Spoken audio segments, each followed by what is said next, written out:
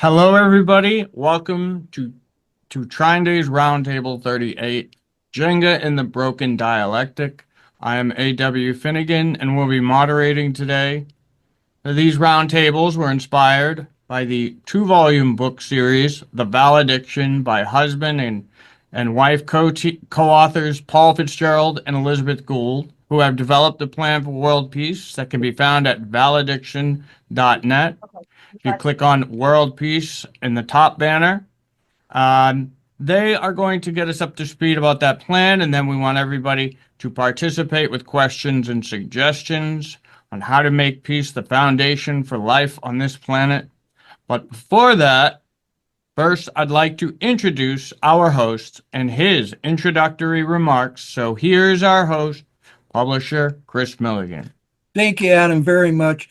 And Adam is the author of Sleeper Agent, one of the best books about biowarfare out there. I strongly recommend people reading it because we have been just whipsawed for centuries, actually, by a lot of biowarfare. And there's a lot of mis and disinformation out there, and his book really gives a strong history and shows us what we're dealing with. Now, myself, I've been dealing with a lot of stuff for the last 40 years. My father was a spook. He worked in COI, OSS, G2, CIA. His last overt job was branch chief, head of all of East Asia Analysis Office. And he told me some things that I didn't understand. I was 19 years old, and he took me in a room with this professor from Vanderbilt, and they told me all about my dad's intelligence career, which had never been mentioned. Then they started talking about how the Vietnam War, they were playing out a lose scenario, and he told me, he said, the Vietnam War is about drugs. There's these secret societies about it.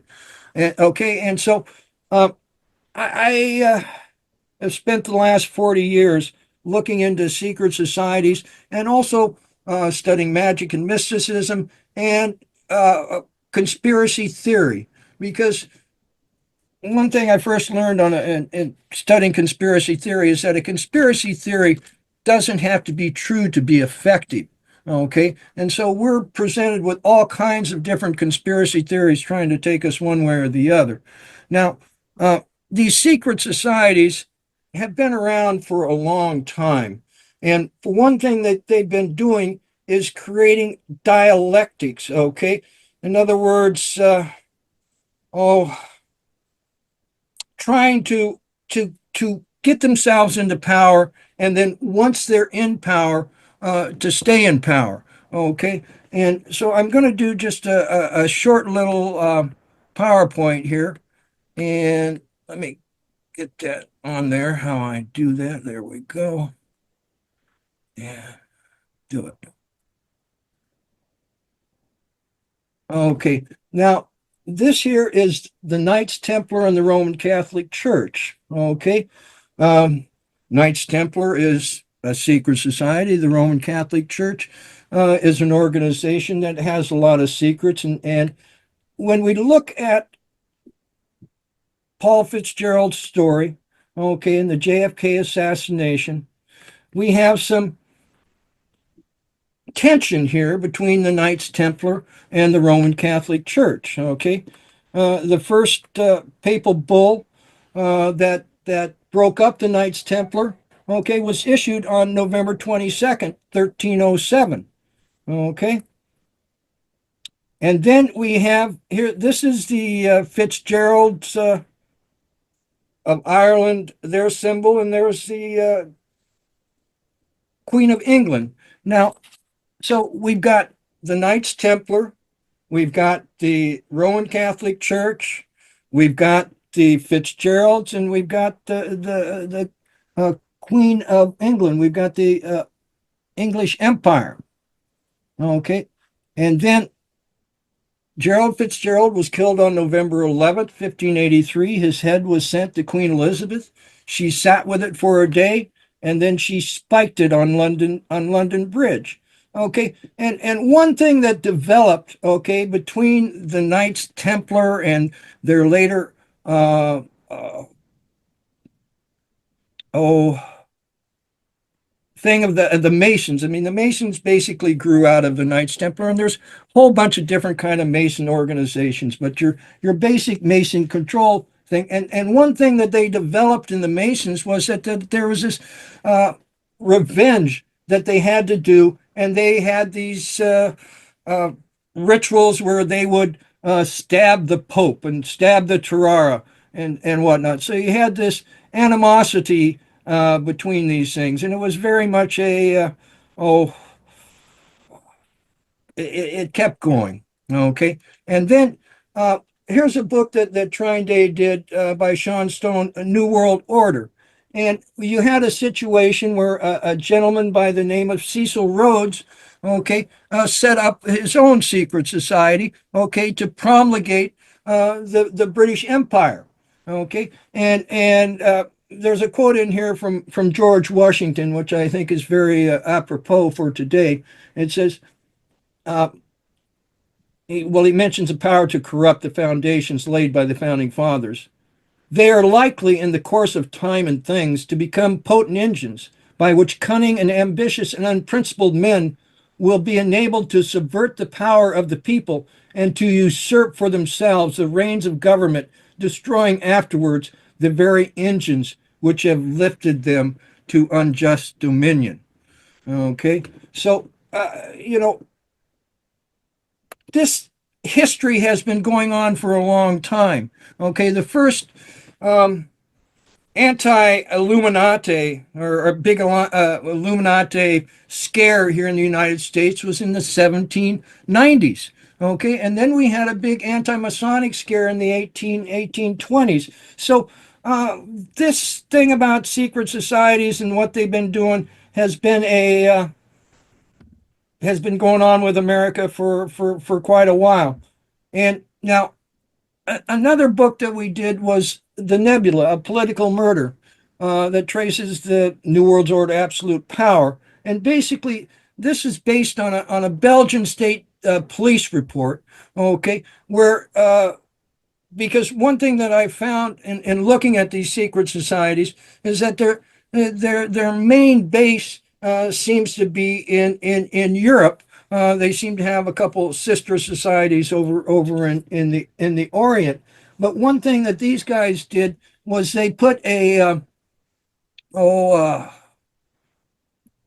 agent, okay, a policeman, and undercover, and put him in the in these groups, and he rose up and rose up and rose up, and what he found was that there was a whole bunch of different groups all called the Order, okay, and there was different flavors. They had a Catholic one, they had a Jewish one, they had a gay one, they had different flavors of these secret societies. And now here in this one thing, after in this book, he talks about after World War II, the new global threat as perceived by the Vatican was communism. And a second reason was that communism was a Jewish enterprise, and Judaism had clearly set out to destroy Christianity. This Jewish Marxist alliance was seen as a serious threat, but over time, this alliance has also teamed up with Freemasonry and Protestantism. Okay, and then they've really come together in a power thing because they came to realize that they weren't enemies of each other, because what they were trying to do was to rule us. Okay, so who is their enemy? Their enemy is the people. Okay, and they uh, they've done this. Well, here's a little way how the secret societies run the world. It's a leviathan of three levels. Top level is mining, metal, and money. And you think about it, and if you control the mining that the metal is based on, that the money, you're in a good position. Okay. The next is drugs, guns, and oil. And it's a very active level. I mean, it was Skull and Bones that sent Drake to Pennsylvania to do the first oil well. We go to the oil store because they own it.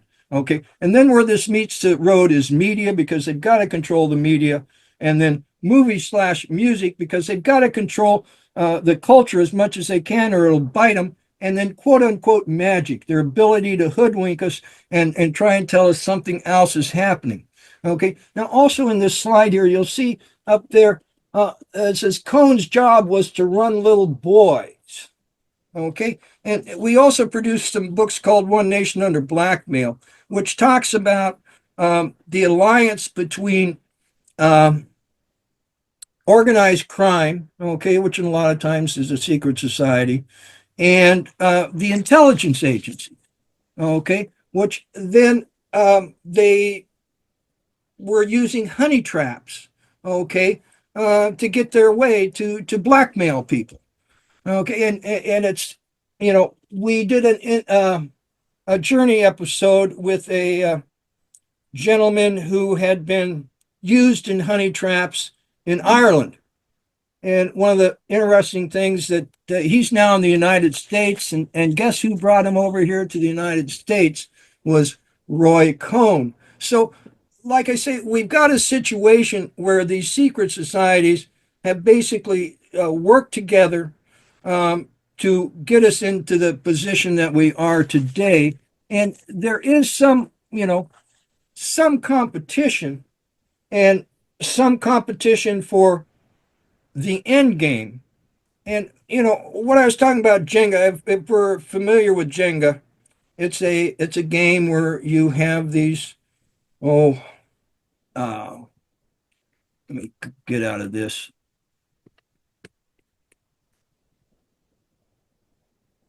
Jenga is this game where you have these stacks and they have these, and you're supposed to pull the things out, and the last person to pull it out before the thing falls down, I guess, wins. Okay, so we're in the situation as people. Okay, I mean that's all we are is we're citizens of this country. Okay, and what we can do is watch and see what's going on, because this psychological warfare that has been designed to divide us. Okay, and psychological warfare comes from the term meaning worldview warfare. Okay, in other words, I want you to have my worldview, because then if you have my worldview and I can get enough people my worldview, then that's what we're going to do here. Okay, and a lot of this has been promoted through advertisements. Okay, the advertisements on television are way much more than just trying to sell us something. Okay, they are giving us a lot of they're used to divide us through little psychological games. And so what is it that we're doing here in this roundtable? Okay, well, we've been talking about the vision of peace that President Kennedy set out in his June 63 speech at American University. And then, was brought in was Henry George and his economic justice, because you can't have peace without justice. And so, we're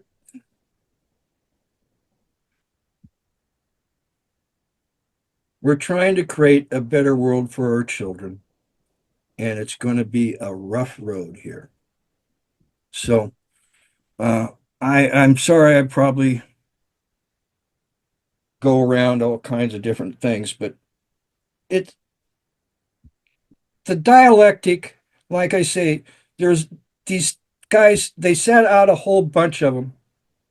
They've gotten broken, and they are trying to reestablish themselves through criminal gangs. And that's who's ruling us now. And I hope for a better future. onwards. Now, also, Alana's going to speak a little bit about Martin Luther King. Do you mind, Alana?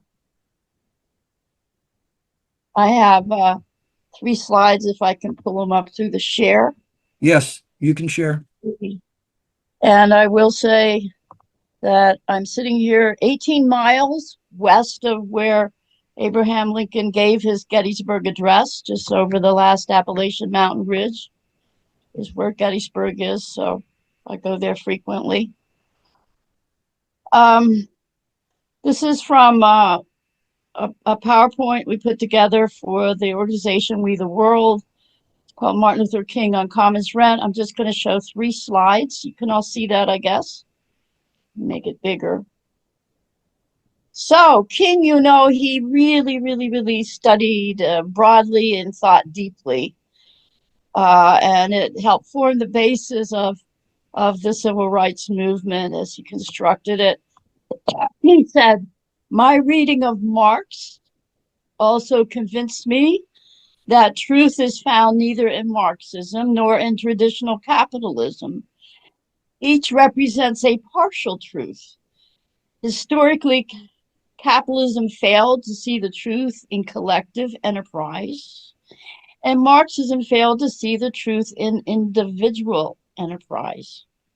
19th century capitalism failed to see that life is social, and Marxism failed and still fails to see that life is individual and personal." So he was headed in a third direction out of the right-left box. This is a couple of statements from the end of this beautiful Declaration of Individual and Common Rights to Land, which was a founding document for the International Union for Land Value Taxation, declared way back in 1929.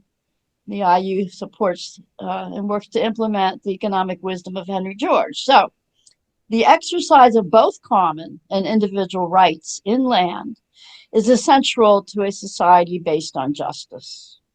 But the rights of individuals in natural resources are limited by the just rights of the community.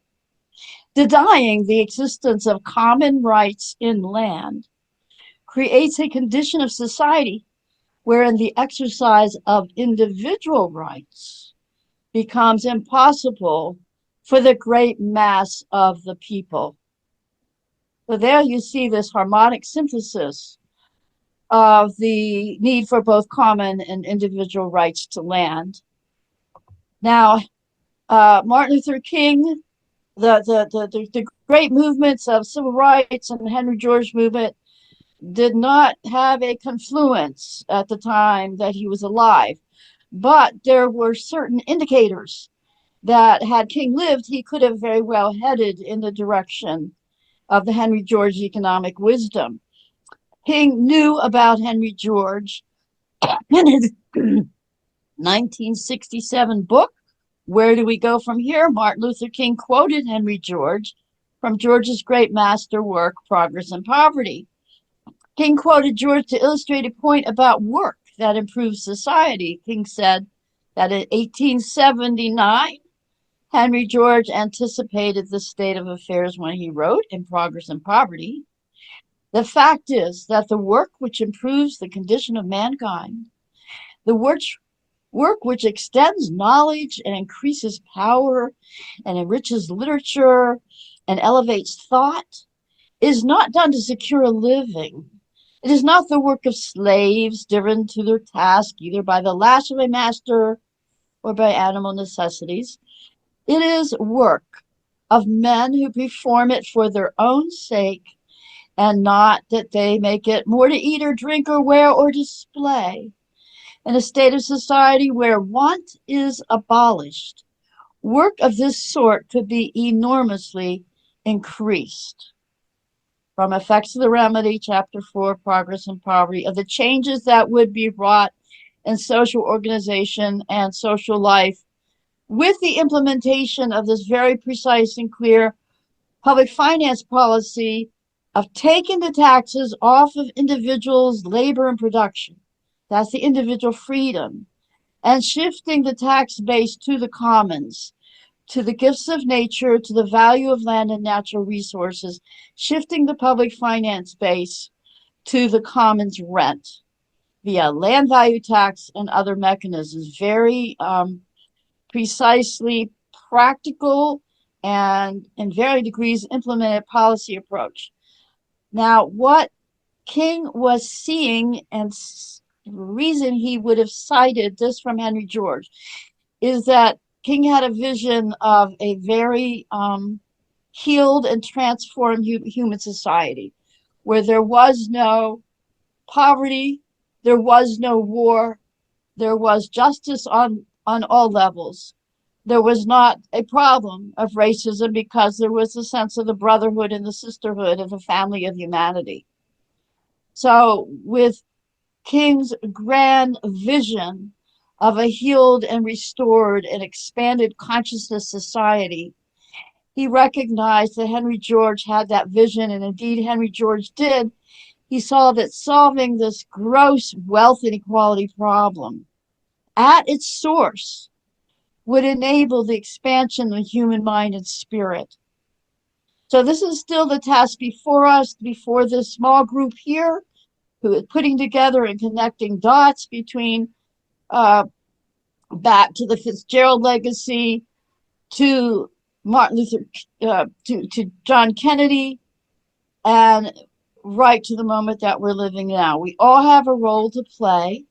We all can communicate and educate about this economics beyond old right and old left, and we all can actually help to implement this policy in our own communities to build strong, decentralized, local-based economies that will balance whatever is the necessary national, federal level power that is being changed as we watch each day.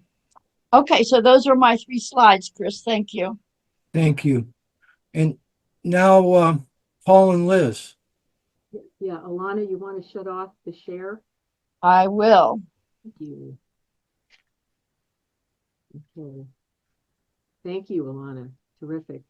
Okay, well, I think I'd like to lead right from Kris's comments about advertising and Alana's comments about the need for a vision of the future that includes peace and economic justice.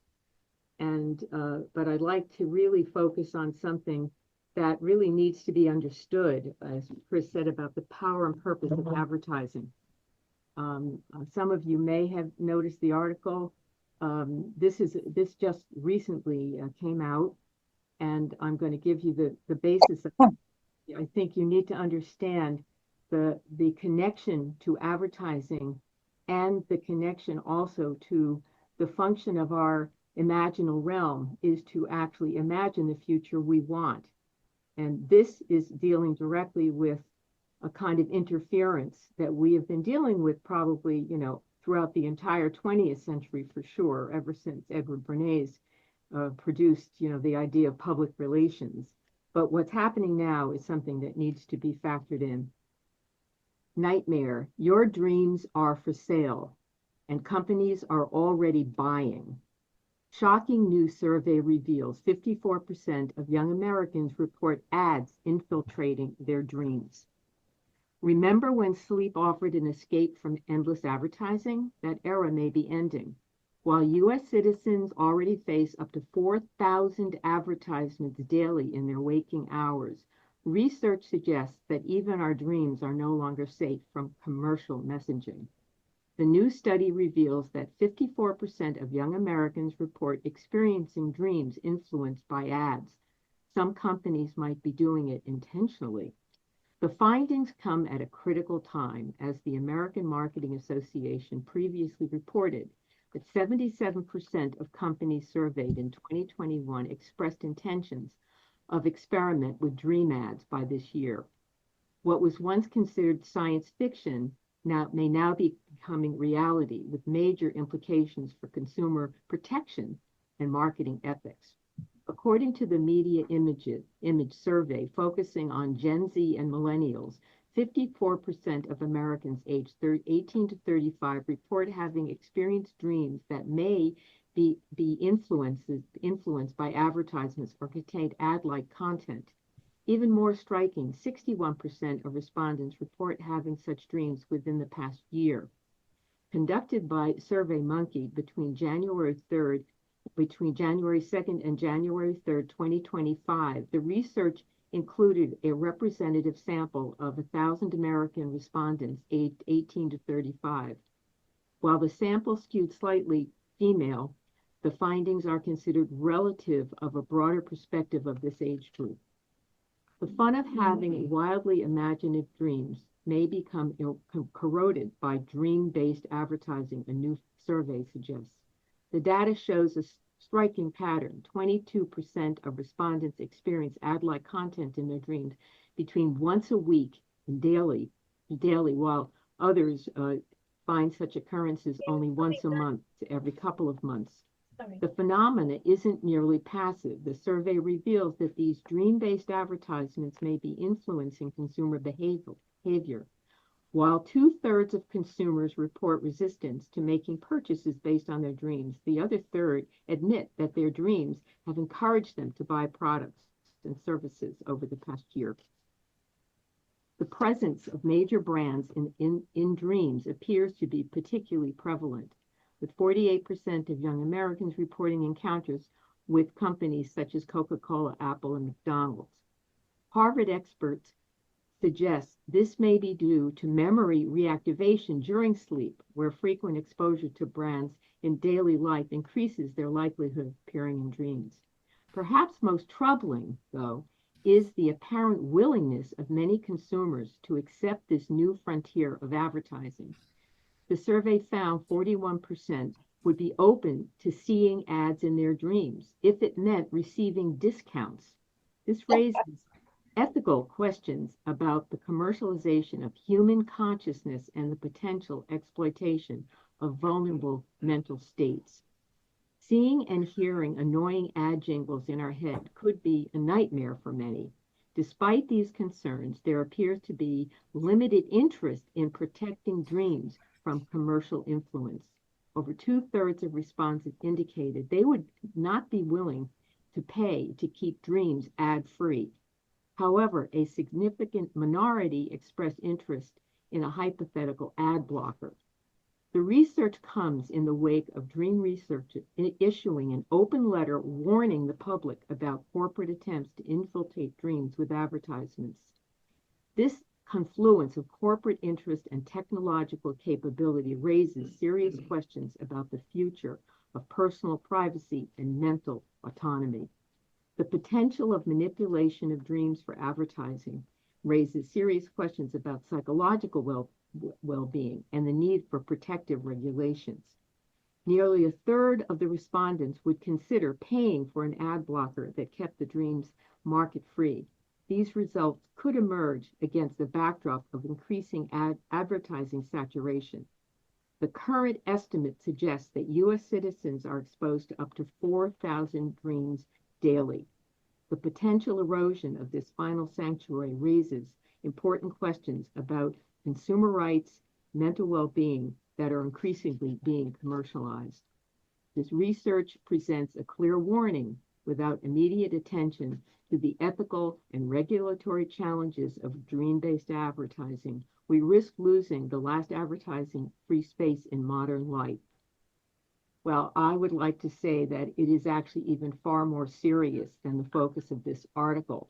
What this is an indication of is the very realm that we need to activate in order to get to the world peace plan we are trying to activate through JFK's inspiration and economic justice through Henry George is exactly being threatened by this interference. And I feel it's an incredibly important understanding that people need to realize it is far more than just advertising too. When you consider the fact that if they can enter into your dreams with an ad, they can also enter in with many other ideas that you may not recognize as an ad. So we're looking at a whole host of of realities. And one of the focuses that we have had all along in our effort was to help people understand what the mystical power is all about. Well, the mystical power is directly related to dreams. It's related to what we call the imaginal realm. It's where creation of your ideas begin. And that is the reason that, we are particularly focused on bringing this attention right now, because what we're trying to do is to come together with our consciousness completely awake and imagine the future we want. Okay, and this is going to be a lot harder when people don't understand, they don't even appreciate how important it is to say, no, you do not get into my dream world. And part of the power of this kind of sovereignty about yourself is that you know when something is entering incorrectly. You know when something is sneaking in and getting away with it because you're just not really aware of the fact that people have the right to walk through your front door and sit down and basically start acting as if they're living in your home. Well, this is what they're doing with the dreams. So I really felt it was important to bring that to your attention, because of what we are actually trying to do is really come together and imagine this future. So with that in mind, I felt it was a great opportunity to remind everybody of how real this realm is and how vulnerable it is too, without our conscious effort to make sure that we say, no, you're not allowed in unless I give you permission. I also want to read one quote that actually I read to you at the last roundtable, but it's worth bringing back because I think it really helps to open up some of the reality of what some of these wonderful ideas that Alana went over about MLK and his interest in Henry George's solution and his efforts at obviously world peace and JFK's. This is from Powerful Opponents to Geonomics Throughout History by Jeff Smith. Oscar Geiger, founder of the Henry George School, spoke at a dinner he attended at which financiers and magnates discussed current events off the record. The guest of honor was Henry Rogers of Standard Oil Company. After dinner, Rogers took up the subject of socialism and communism, explaining why Wall Street had nothing to fear from them. Geiger remarked to his friend that Rogers hadn't mentioned the single tax. Overhearing this, Rogers responded, quote, "The single tax, gentlemen, that is something we must watch. That damn thing has teeth." End of quote. So I remind you that the good ideas are there, okay? But it's up to us to bring them forth and to become incredibly conscious about how to use our own powers of imagining the future we want and imagining it together. Thank you. And Liz, what I was saying the other day, we were talking about how you have to create your own story. You have to create your own story, and that's why the imaginal realm is so important. It's involved in creating your story, and it's kind of like if you don't create your own story, you're going to become part of somebody else's story, which may not be in your best interest. It may not be in your favor. So, Right. Right. And I wanted to bring up something too from President Kennedy, while he was a senator, okay, was very much against imperialism. And I want to just read just a couple sentences here. The great enemy of, well, Mr. President, the most powerful single force in the world today is neither communism nor capitalism, neither the H-bomb nor the guided missile. It is man's eternal desire to be free and independent.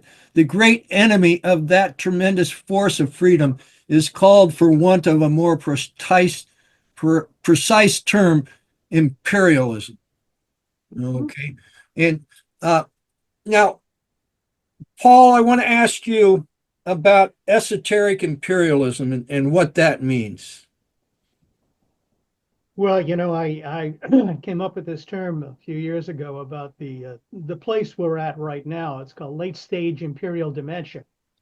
I think that we have been living under a control mechanism that was put in place. And I would say that control mechanism of the Western society was put in place by the Elizabethans very effectively and continued along through literature and through plays and theater and eventually into movies. I mean, Hollywood, this links with what Liz was saying about the dream business. I really think that we're dealing with something very, we don't acknowledge it. It's part of us. People say, what was that dream about? Wasn't that strange? Well, we both hadn't realized until we worked with Oliver Stone that, that the dreaming business is a very active highway, and it's acknowledged and it's utilized. And so I think that the mystical people refer to as the mystical. The mystical is simply the unknown. It's like the occult. It's the things that that you kind of have a feeling about, but you don't really think of it on your daily in your daily operations, your daily basis. And so I think that that's I think we're becoming aware, however, and I think that's the beauty of what's going on right now, because the existing dream work that was done 400 years ago, I think has finally reached its end. And I think we are evolving consciously into a higher sensitivity to what's going on around us. It's like the play where the guy wakes up in the room and he says, "What are all you people doing here?" Well, I think we're all doing that to some extent. We've had things that are happening to us that are linking us to a different reality. Call it a higher reality or a broader reality. It's a more dimensional reality. We're much more sensitive. I know that Liz and I are much more sensitive to the world around us than our parents were and our grandparents. I mean, when you're struggling for survival and coming off the farm and then coming to the United States and then having to figure your way out, you're too busy with other things. But we've had time to reflect on who we are and what we're here for. So I really think that mystical imperialism, that the imperialism is very appealing to a certain part of our nature. And I think that has got the world to where it is right now, but it's been used up. And that's where the late stage imperial dementia comes in, because we have this idea that we can go out, or our leaders can go out and pick up a stick and beat everybody into hating the other guy and coming across and into a civil war and a battle, when it's really not a civil war or a battle at all. And it's all in our minds. And we have to work it out in our minds before we do anything physically. And I think that that's my feeling about it, as we state now. I noticed, by the way, Denver had a question he wanted to kick in on this whole dream business. So if we could acknowledge him, maybe that would be great. Thank you, Kris. Yeah. Denver. Unmute. There. Yes. Can y'all hear me okay? Yeah. Yeah. Okay, so it's this dream business. It's a big one. And if I may add a little bit to it, because it seems like when you start looking at the history, going back, over 800 years going back. I mean, before Gutenberg and the Bible, and how they hijacked the optic nerve, cranial nerve, using black ink and white paper, but also with George Christopher Lichtenberg in, I think it was, what year was it? 1786, when they made the paper size, the root 2 paper size. So what that actually does is it makes your eye focus on the edge of the paper versus the content of the paper. One of the reason, and also the church actually paid Gutenberg to put mica in the printing ink originally, so that it would, help cause eye fatigue, so that it would help prevent people from reading. So what it seems like is we have this this basically like this aggressive abduction of our cranial nerves. So when you're talking about the dreams, you're getting into the abducens cranial nerve, the sixth cranial nerve, which is responsible for, outward vision and dreams. Now, the difference to point out between the optic nerve and the abducens nerve is the fact that the optic nerve is a affluent or afferent nerve versus an efferent nerve. So afferent being what we receive inwardly, efferent is for the good of the community, so to speak. So when they're hijacking an efferent nerve, what they're dealing with is they're actually impacting our outward awareness of how we connect and communicate with one another in the outside world, and basically our overall construct of humanity and reality. So, it's not only impacting us from what we see, but also from what we are going to put out overall. So the complacency that you talk about in that article is absolutely terrifying. And the technology we know, I mean, goes back to where, the CIA was talking about the God voice, and aspects like that. Now, I just finished, like a 4 or 5 day seminar with Dr. Martin, who does a deep dive into cranial nerves, all 12 senses that we have. David Martin? Yeah, Dr. David Martin. And so, and one of the things that we did was we performed different labs to try and actually address some of these aspects to help heighten our cranial nerves. And, in one of the labs that we actually did pertaining to this, to the abducens nerve was a metronome type lab that actually basically helps set your own rhythm within, and actually helps to create deep, visions and dreams. But the way it works, and this is the terrifying part about this dreams aspect of what they're dealing with. The way that it works is when we dream, we're normally pinging like a radar system or a sonar system out to the universe. And so, what these companies are doing and what these intelligence agencies are doing are basically trying to hijack this connection. So, it's terrifying to think about the impact that this would have. So, but learning about the cranial nerve as well, and the other senses, I think will go a long way to trying to combat this overall. But I just wanted to add a little bit of that. So it's but that's terrifying. And Liz, you didn't mention where the article came from, so it's I definitely would be interested to looking at Put it in that. the chat. Yeah, that'd be great. Thank you. And next we have Bruce de Torres. Bruce de Torres, you can unmute yourself.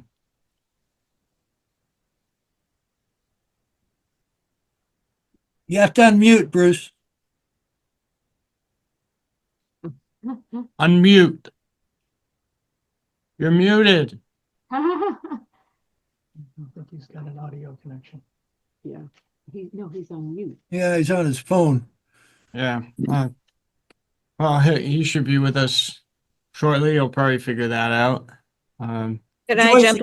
Yeah. Can I? Okay. Hi. I'm Joyce. That was a fascinating discussion about the cranial nerve, because I look at dreams from a spiritual point of view, and I see them as the language of the soul, the voice of the divine. And I kind of am blocked on technical scientific things. So that was fascinating, Denver. And I can see how it would explain the sensibility to incoming ads, TV, on TV or on our computers, etc. Right? Explain that. Okay. And on Liz and Paul's fantastic, interesting presentation. I think, and one thing that we can all do at a very elementary level is to show people the power of their dreams. I mean, I'm amazed the people I talk to who, oh, I had this funny dream last night, it meant nothing. And then we talk about what it meant, and they, oh, I would have just brushed it off if, okay. And then, what I think also closely tied to advertising is news, propaganda, manufacturing, consent, and we kind of consume them in the same way as ads, or they're all mixed in together, right, on commercial TV. So I kind of see a connection between our political beliefs or what we think is true and real and advertising. And then Liz and Paul, what do you think about the morality of infiltrating dreams with positive messages and ads and news, truth? Okay. I have beyond opinions about that, and I really feel very strongly that we all have to take charge of our own sovereignty. We all have to consciously make a decision. Nobody's going to get into my dream world without me knowing about it and without me having the opportunity to confront whatever this thing is and say, no, you're not welcome. I consider dreams, that kind of entry, to be like back door. It would be like somebody walking into your home through the back door that's open, and it's not meant for strangers, but they know it. They know that a lot of people do that, so they go around the back door and they just enter, and they kind of, that, oh, well, where did you come from? Well, I think of that in terms of the dream realm. People have been led to believe it's okay to be infiltrated like that. And I think that there's a lot of, I mean, just like said in the article, that many people now are, if you give me a discount, you don't mind being violated that way. It is so stunning and shocking. But I think, Denver, you really did explain, I think, where that apathy would come from. That was not something that was a part of the article, but the difficulty, I think, in getting people to a point where they can begin to take the first step. I think that's what I really liked about the straightforwardness of the article, because it's basically letting all of us know that our dreams are actively being targeted. We already know that we're 4,000 commercials a day we are being subjected to, and knowing full well that there is also something from my childhood. I remember it was called subliminal advertising. We were told back then that they made it illegal. I don't believe it was ever taken away. I am convinced that it's been very much used. So that would be my my suggestion, is that that you need to consider it to be an actual invasion of your privacy at a profound level, just as if someone walked into your home and basically started acting as if they lived there. So are you saying at night before you go to sleep, in addition to asking to remember your dreams, you put a lockbox on them? Well, and I think, so to speak, I think you have to become aware of this realm. I don't think people understand it. It is no different than someone just marching into your house uninvited. That's not proper etiquette. As I said about going through the back door knowing it's open, sneaking in, okay? And literally, so they're doing that, and people are thinking it's somehow okay. And especially in the dream realm, where they're saying, well, what's the big deal? And as you just said, Joyce, people don't even take their dreams seriously. And that is part of the real issue here, that our dreams are critically important. Our imagination is based on our dreams. The imaginal realm is your connective sort of process to this dimension of potentiality. And the creation process begins with your imagination. And that's what I'm trying to get everyone to really consciously activate themselves on. That we have to consciously imagine the future we want together. Amen. We can't do it alone. That's the point. We got to come together as a species. Let's start with, our group. Let's start with Americans, whatever, the group is. We've got to come together.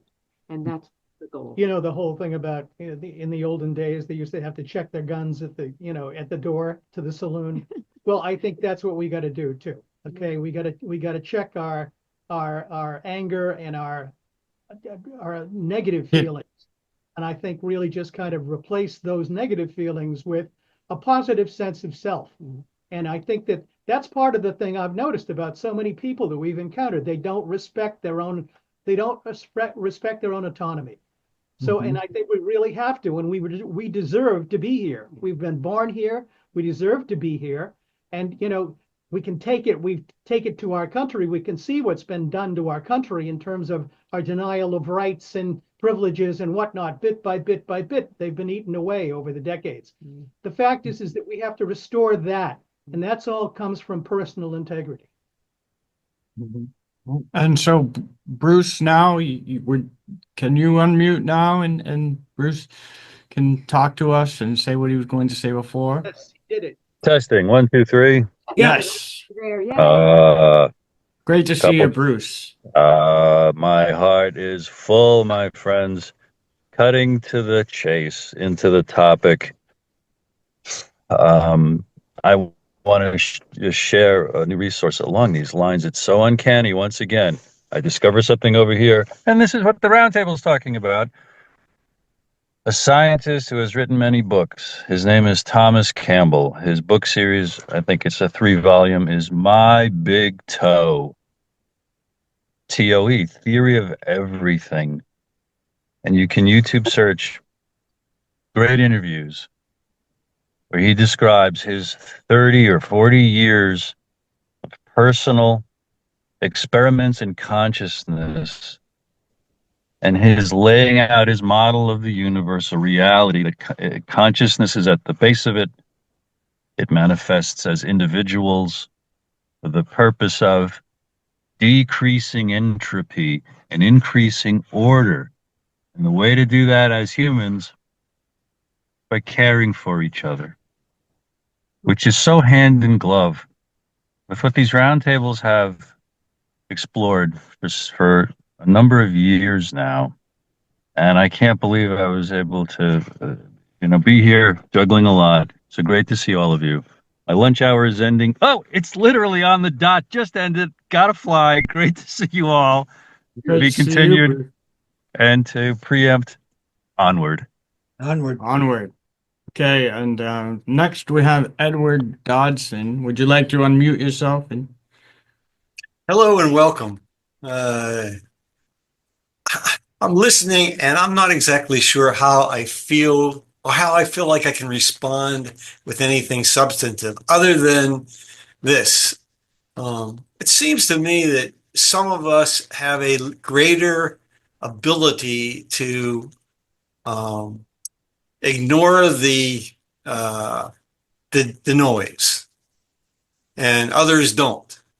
I find myself to be not very much influenced by anything I see on television or hear on the radio in terms of advertising. Maybe not zero, but fairly close to that. So I don't know if this is happening, and that some of us have receptors that in our brains that open us up to more of this kind of susceptibility. But I do have one thought about our ability to weed out the noise, and that is education. I think one of the biggest problems in our society, and probably most societies, is the absence of really serious civics education as young people. It's clear, for example, when you watch comedians interview people on the street, and they show them photographs of key historical figures, or if they show them a photograph of John F. Kennedy, I wonder, how many younger people would even remember who he is, which is a tragedy. But it's also true of a lot of contemporary, people who deserve attention. I don't know what the problem is with our educational system. Is it the fact that it's publicly funded and therefore has to be value free in order not to offend people? And certainly a sound program in civics would offend power, because it would have to deal with the issues of the distribution of power in our society and how our government is organized, and whether or not that is in fact a relic of the past and is doing us to decline, and what we should do about it. So to me, what is missing in our society to deal with some of this is really sound education, but I don't have a good answer as to how we get there. So thanks for listening. Thank you. And I'm going to interrupt for just a second. The education, Skull and Bones was formed in 1832. Okay, one of its first objects was to control our education, and they took the education system that had been developed basically in England and some here, and brought over from factory owners trying to teach their people, and just parents trying to teach their kids. Okay, and what the Skull and Bones people did through there was a Timothy Dwight and a White and another gentleman, was they brought over the Prussian education system. Okay, where the Prussian education system was the first one where it was very compulsory. The Prussians were mad at their people because Napoleon had beat them, and so they took the kids by bayonet point and took them to school. Okay, and developed instead of teaching people, how to think, they developed a system that taught you what to think. Okay, and they, my older brother, who's 6 years older than me, had a civics class. By the time I came through, there was no civics classes. Okay, because it has been designed to dumb us down, and then also to get to TV. Okay, TV was basically, the patents go back to the 20s. Okay, Philo Farnsworth was, watching the crop fields, and he said, "Wait a minute, I can make a picture on a cathode ray tube." Okay, but it didn't come out until the early 50s. Okay, there were some little experiments in the 30s and the 40s, but it really didn't come out commercially until the 50s. And when it came out with a flicker. Okay, that goes at 60 cycles per second. And you read any book about hypnosis and it'll tell you 60 cycle flicker puts you into a trance. Okay, so there has been extended efforts, okay, through psychological warfare to control the population. Okay, and also not just control, but to get us to fight each other. Okay, and we end up in kind of a situation like we've got today. So, okay. Yeah, and next, well, Denver had something that he wanted to add real quick, and then we'll go to Dean. So Yeah, Denver, yep. Thanks, Adam. This will just take a second. It's in response to something Joyce Lynn mentioned. Sure. So one of the things Dr. Martin mentioned is if you go into your dreams with a pure intention before you go to bed, he said that does prevent them from being hijacked. So there does seem to be an important spiritual element in that, and so I wanted to add that to what she was inquiring about. So thank you very much. Okay. Can you put the information about Dr. Martin into the chat? Yeah, I'll put some stuff in there for him. Next, Dean Goodman. Would you like to unmute yourself? There you go. Thank you very much. Wonderful to be here once again. offering my partner Ruth's 2 cents that she's with us all in spirit, but she's busy doing too many things that are keeping her away today. Thank you to everybody for the brilliant things that have been shared. My thoughts. Yes, setting intention is really important, because without setting intention, I think we're completely vulnerable to what I believe is actually a very effective education system that's keeping people distracted, short attention span, and if you want to talk about the overall society, dumb, vulnerable, and victimized. So where I'd like to see our discussion going is, as a group of people who understand that this is going on, let's begin to think about how we can do certain things for each of us, for our group, and then a larger audience that helps move something in a better direction. Because I feel it's very easy to be right on the cusp of despair with what we know and see, and it's very important not to let that happen. So thank you. Thank you. And I know that Zan Gill would like to say something. She didn't know how to raise her hand, but you can unmute now. And It's giving me the option to recognize other people's raised hands, not to raise my own. I don't know what's going on here. Thank you all. These are just wonderful comments. And I'm going to say something from left field that I think is quite relevant. It's what I've been working on for many years, because I think we are, we have an assumed problem-solving model where you want to get on the same page and you want to have a consensus before you can take the next step. Right. And it goes back to the earlier comment of, what about good constructive input, subconsciously into our dreams? But who's going to decide who that good constructive input, what that is?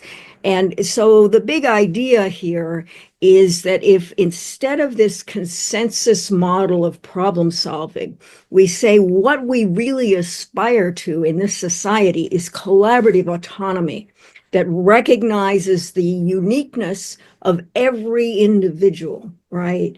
And that wants to bring out that uniqueness. And then it's an evolutionary model, because as in a thriving ecosystem, all the players are in different places at different times doing different things. But if it's all going to work, then they are mutually supporting each other. Right. And the question is, how do you create the kind of platform that would support that? And that's something I've been working on a lot, because it's very cross-disciplinary. And when we have complex systems problems, we need people from a variety. I originally got my graduate degree in architecture and realized I wasn't very interested in designing buildings, but I was incredibly interested in collaborative intelligence and how a diversity of stakeholders with different motivations, different expertise, how they could come together to solve a complex problem, and how you would support that process. Originally exemplified in 1961, before we even had the internet, by Buckminster Fuller's idea of the world game. But there are many others historically. And Wikipedia is really quite an interesting model. It's not without bias. But what is useful about it is that anybody who's motivated to create an article on Wikipedia can put up their first article. And then the next person comes in who doesn't even know the first person. There's no committee to create a consensus about that article. Just people are contributing. And yes, it's got the problem of everything in society, that the more powerful may be able to have more influence, but it has less bias than a top-down authoritarian system that is telling us what the truth is. yeah, thank you. Edward, you want to Very quick. Yeah, what Denver was talking about in terms of clearing your mind. Every night, I try to clear my mind before I go to bed by listening to a nice piece of music. And generally speaking, that enables me to fall asleep quickly and get into a fairly deep sleep quickly. So it clears my mind of whatever I've been doing before that. So I recommend finding a piece of music that makes you feel good and listening to it before you go to bed. Thank you. Liz? I just wanted to add to what Ed's saying. I think that there are all kinds of different tones and different arrangements of sounds that people can have access to, you know, for that purpose of being able to just calm yourself down. So that's it. But I also wanted to just mention I think what Denver said about what you need to bring to your own dream realm. You know, that's what I was really trying to emphasize. You have to bring your own sovereignty and really, determine the ground rules of your own domain. And everything that engages you is, will honor it, because these are the ground rules that everyone must have. We all have to. And I think in what Zan was saying about those ground rules of understanding, and where the respect comes from, where everybody has an idea and how to engage it without a sense of wanting to compress it somehow, without a sense of overlapping, that there is some way in which we need to be able to, collaborate. I think maybe that's what I've observed, is that there are problems in many of the words we use because we don't have the same definitions of everything. So that in itself can create all kinds of, actually, really maybe not even real problems, because you're just using a different definition, and then you don't even know where the problem is. So that's the kind of thing. We got to sort all those things out and get down to a more solid level of being able to exchange information in a neutral way that doesn't offend, no matter what it is. Thank you. And well, you can go back to Denver. Denver has something to say again. Yeah, I just wanted to add something that what Edward was talking about. So when listening to music, and that type of thing, and electronic devices around your head, when you go into sleep, especially. So, like, especially when your phone is charging, if you leave it next to your bed, the EMF of your phone goes up significantly, especially when it's charging. So I always try and put my phone in airplane mode and that type of thing, but also be aware of Bluetooth headsets. I'm actually wearing one right now, but I try and minimize it. But I can easily see how someone might do that. But one of the real risks too with some of that gets into a different cranial nerve, but dealing with hearing, and that's your vestibular. I'm so dyslexic. Vestibular. It's balance and hearing. But the point being is noise canceling headphones actually can disrupt that as well. So, just wanted to mention that to Edward when he was talking about music, because I really like music in that aspect, and that calming nature, and there's some artists and stuff that I look into, but I just wanted to touch on that. So thank you. I'd like to jump in just quick and say, I'm not talking about putting headphones on or listening to music when I'm ready to go to sleep. It's like I'm in another room listening to music, turn the music off, go into the bedroom, go to sleep. No phone there, no phone next to me, but Awesome. 10 minutes before I go to bed, I listen to something I really enjoy. Fantastic. I'd like to explore some of the things that Zan was talking about, and platforms, because to a certain extent, our government is a platform. Books are a platform, and I mean, I just love books, as can be told, and I'll read a book and learn something, and then I might read another book and learn something more, and they might not be complimentary, but they give you a perspective on things, and so one, I mean, like I say, my daddy told me some stuff, and it was beyond my ken, but that once I got into it and started to understand it, Boris says, boy, there's a lot of hinky stuff going on. And so, I would go and read some more books and try and understand it. And then, I became a publisher. And so, because one of the things I did was I said, well, I'm going to write a book about these secret societies and what they've done, and I'm going to put it out there. People are going to read it, and the world's going to change. Well, that didn't happen, and I was saying, well, maybe I need to get, instead of just one, 80-pound gorilla jumping up and down, and we need a whole bunch of them jumping up and down, and maybe people will take notice and things will change. Okay, and there has been change, but then the other thing I see is that people spin the revelations that come out in the books, and they spin it so that it works for their quote unquote politics. Okay, so one thing I've got a book coming out called Two World Wars and Hitler, Who's Responsible? Okay, and I've read a lot of books. Okay, and I've read about the Federal Reserve and money and how it was set up, and all these rich people got on that island and blah blah blah blah blah. And then and I've read about World War I and World War II, and my daddy fought in World War II, and but this book really puts it together where you can really see the perfidy of the actions of these, whether you want to call them elites or whatever, okay, to manage our history, okay, and manage our future. And so, the thing we're thinking, I mean, it's a 700-page book, okay, and you put a 700-page book out there, and most people, they say, I'm never going to finish it, so I'm not even going to start it.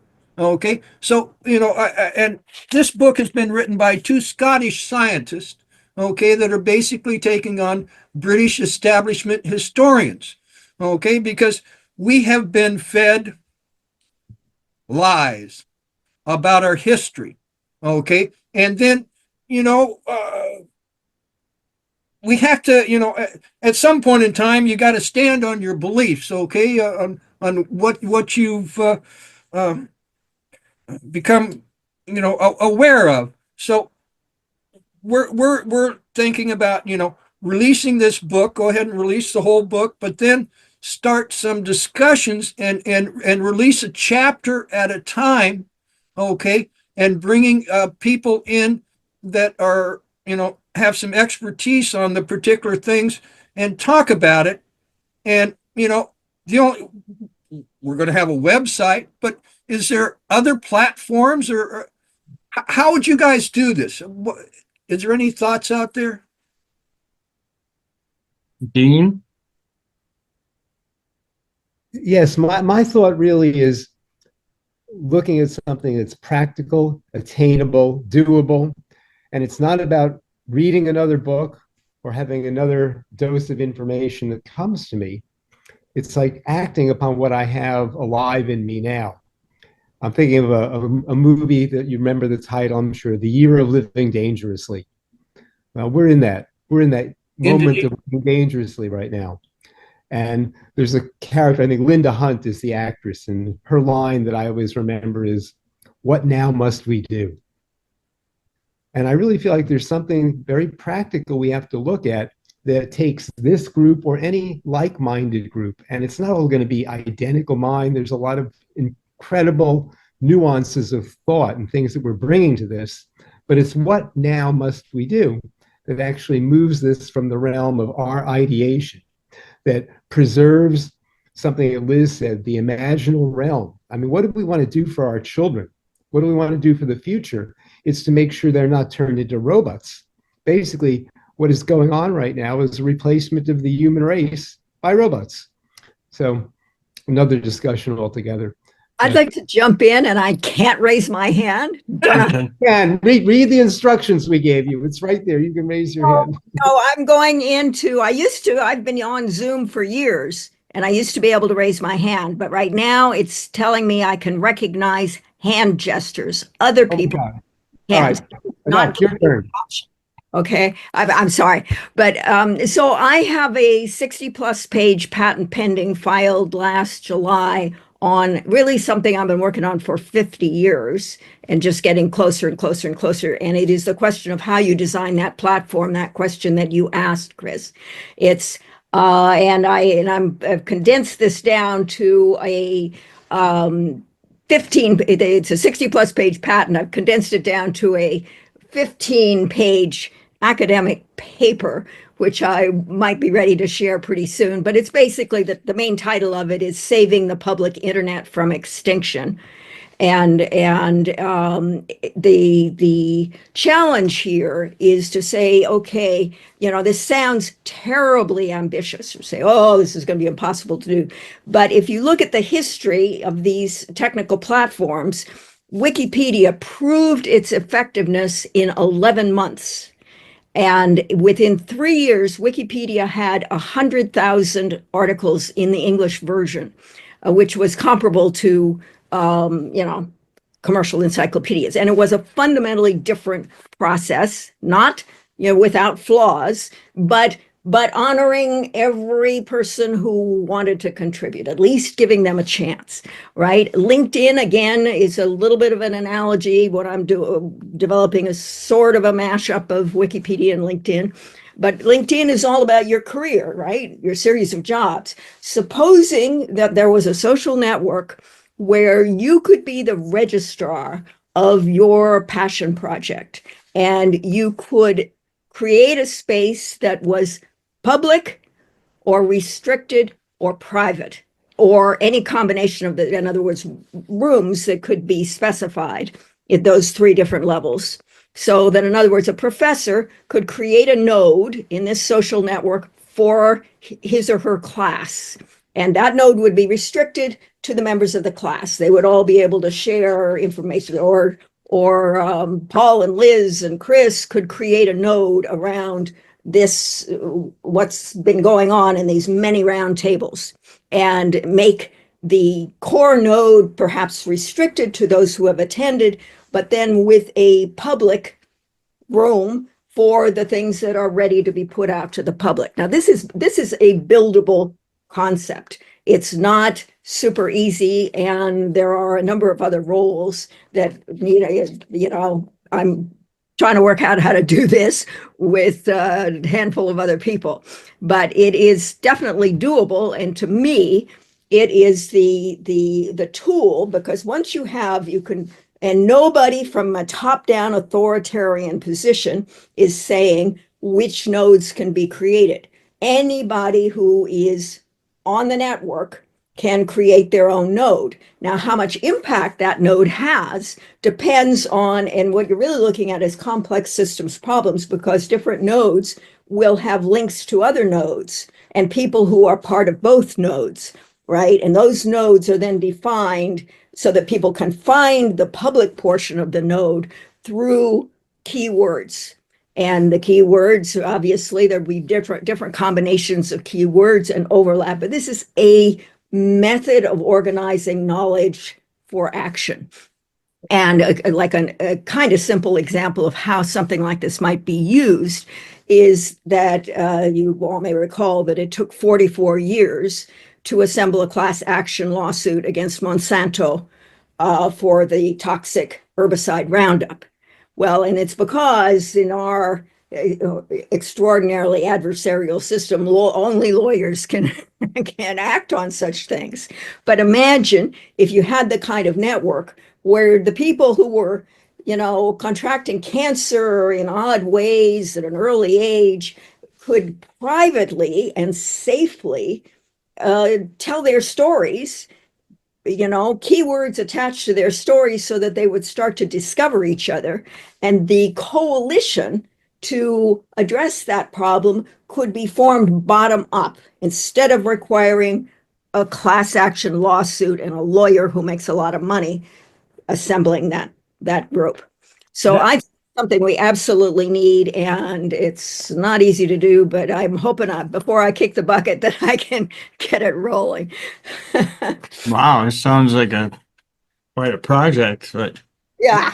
Yeah, I'd like to help you do that, Zan. Send me an email or something, and then Wikipedia is very interesting, and TrineDay doesn't have a Wikipedia page. Okay, we've been around for 22 years, have 180 some books. Okay, and it I've had people set it up and they say, oh, well, there's no books there that mean anything, and they just take it down. Now, Alex Jones can get one there because he's a useful idiot, okay? Because, he's being a demagogue and stuff. But I'm just, TrineDay's just trying to tell the truth as much as we can, okay? It's as we see it, and we can't get a Wikipedia page. Well, So, let me say, my Wikipedia page was put up about 15 years ago and taken down, yeah, yeah. not distinguished enough. And then there's an amazing woman, physicist. She's about 30 in her 30s. In 2017, she took on Wikipedia. And the whole idea that how is it that when you're a woman, you can have a Wikipedia page if you're a third-rate actress, if you're a porn star, if you're married to a famous man, but if you think you have original ideas, you are not distinguished enough, right? And because it was just like all these women were being taken down. And so she has produced something like, I don't know, thousands of Wikipedia, mostly on, historic women physicists who were not properly credited and all that sort of thing. I haven't asked her to help me get mine back. I have somebody else who's going to help me get mine back up. But the challenge with Wikipedia, and I've gotten men's Wikipedia pages up, but I kind of know the challenges, right? Eshel Ben Yaakov, for example, he had no Wikipedia page until I put it up about the same time that mine was put up because we were working together trying to get Google to sponsor a big project on natural hazards and stuff. And his stayed up and mine got taken down. But his became a Wikipedia, Wikipedia Israel project. But it started with me putting it up and Wikipedia coming back and saying she must be his personal friend. So I know all the problems of Wikipedia, and you can't do everything. But here's what I'd like to suggest for this group that I'm kind of working on now, and that is music has come up and the importance of music and the importance of the arts in trying to change the way we view things. The importance is that these are our subjective stories and our subjective artistic productions, and nobody can say that's not the truth, right? And so it's a more powerful thing, and I'm actually trying to create a Wikipedia page on an arts movement, and we're trying to come up with the right name. I've got a possible acronym, DANSON. DANSON is an acronym for Distributed Autonomous Nodes in a Collaborative Intelligence Network. I'm going to be talking to some branding people. I'm still trying to figure it out. But I was just asked to contribute to a chapter on the AI as a creative muse. And they sent me the draft chapter, and there's just a little short citation to me and citations to hundreds of people. But anyway, the co-authors, one of them is a musician. He's a professor at, I don't know if it's Texas A&M, but one of the big Texas Rice. He's a professor at Rice University and a composer. Right. And so I've written to them and I've said, look, let's try to do something around the arts. Because if we want to change society, we've got to start where it's, where we're working with our imagination and our vision, and nobody can say that that our creative idea is quote unquote wrong. So think about that and let's explore how we could do something with that. Amen. Amen. Thank you. Great. Well, Kris. No, let Paul and Liz talk first. Oh, okay. Well, I think we have I think come to the reality that the world is ready for the ideas we're thinking of, and I think all of what we have been pulling together is this: how do we actually activate? Where is this action step that gives us this sense that we are seeing something move. And I think that what I'm seeing it in is the way in which we are interacting together right here. I think that the idea that everyone is bringing some different perspective that we need to pull it out of each other, okay, and create that bond that becomes, I think, the node. I think that's how the force is actually activated. It's when these nodes all come together. And I think in Zan, in thinking of the music, the node and the note, I think there is a symmetry in language that sometimes really helps to that the music definitely is a method of communicating. But right now, I really want to emphasize the fact that, we have to really recognize that the imaginal realm is really under attack at a high level, and we have to really spread the word within ourselves and out to the larger world we're a part of. Amen. Great. Amen. Yeah. So we will close this roundtable up. It was great hearing from everybody. And Kris, did you have something you? Yeah, I just wanted to say a few words again. This is from Senator Kennedy in 1956. And what has this to do, they say, with the threat of war in the Middle East and the deterioration of our position in the Far East? The answer is, I believe, that these issues are fundamental to every crisis now occurring, or which will occur in the next generation. For whatever the dispute may be that creates the headlines, whether it be between Arabs and Israelis or Chinese and Vietnamese, we can never escape the fact that we are dealing with people who have hated, as their ancestors before them for centuries hated, the white men who bled them, beat them, exploited them, and ruled them. Perhaps it is already too late for the United States to repudiate the centuries of ill will and to firmly but boldly press for a new generation of friendship among equal and independent states. But we dare not fail to make the effort. Can you put that up in the chat? Yeah, yes, I can. I mean, Kennedy gave some great speeches, and whenever you're feeling depressed or feeling bad, I strongly recommend his words. And, onwards to a better future for our children. Onwards. Thank you. Thank you.